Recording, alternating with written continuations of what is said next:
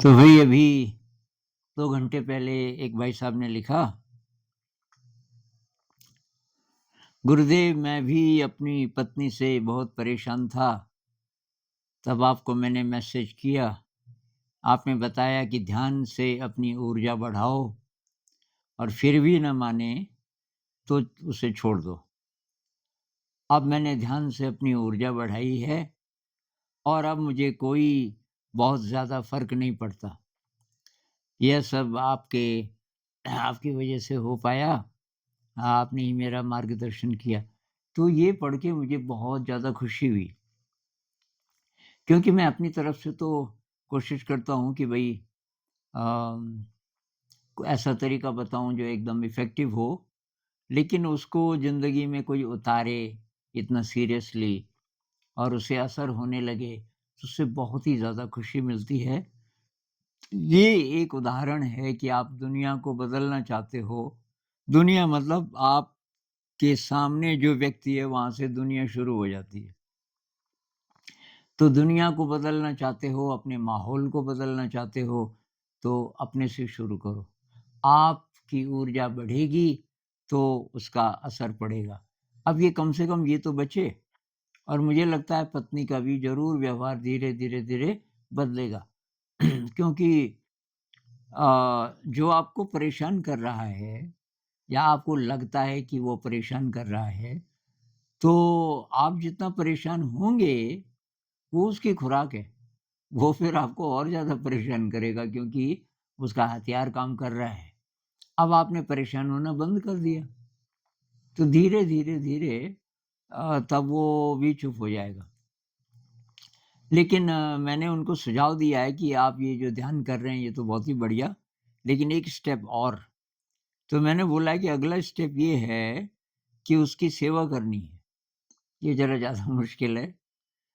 उसे जो पसंद हो, कपड़े, ये ज्वेलरी या भोजन, तो वो उसे प्यार से देना है और कभी घुमाने ले जाइए, कभी उसके साथ कहानियाँ पढ़िए, कभी चेस खेलो या जो भी उसको पसंद हो।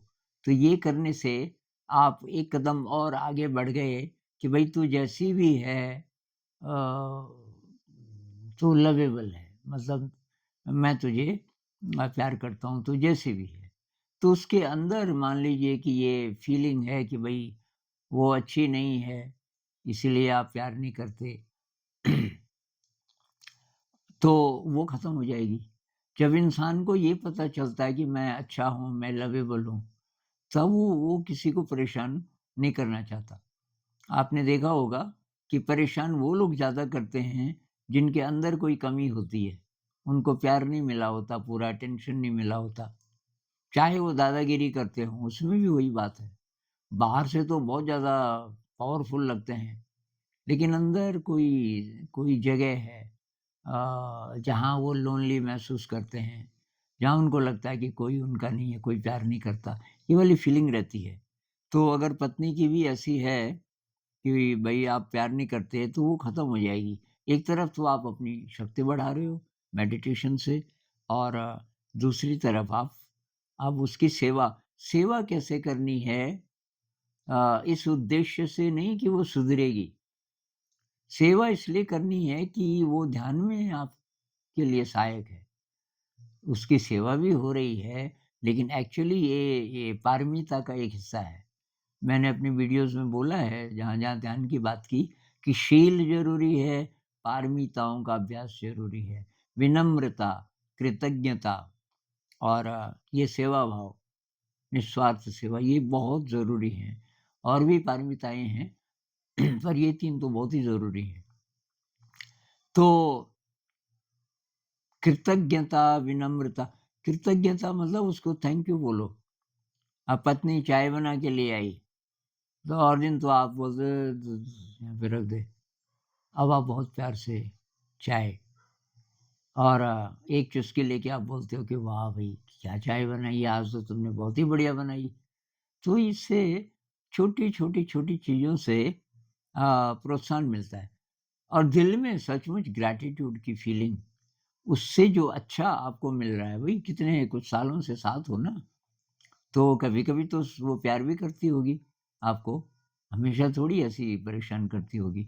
आपको उसके साथ तो रहना मंज़ूर है इसलिए आप रह रहे हो, तो जो अच्छा व्यवहार वो खाना बनाती होगी, तो आपके कपड़े धोती होगी कुछ ना कुछ सेवा तो करती होगी, तो उसके लिए ग्रेटफुलनेस, एक तो मन ही मन में ग्रेटफुलनेस, एक जब-जब हो सके उसको बोलो भी, उसको थैंक यू बोलो और तो ये आप करोगे तो अभी और चमत्कार होगा और फिर मुझे लिखना, क्योंकि तब और ज़्यादा ये अब ये वीडियो मैं इसलिए इसका बना रहा हूँ कि ये बात सब लोगों को पता चल जाएगी। पति-पत्नी के बीच अगर दोस्ती हो जाए, मित्रता हो जाए, तो समाज बदल जाएगा।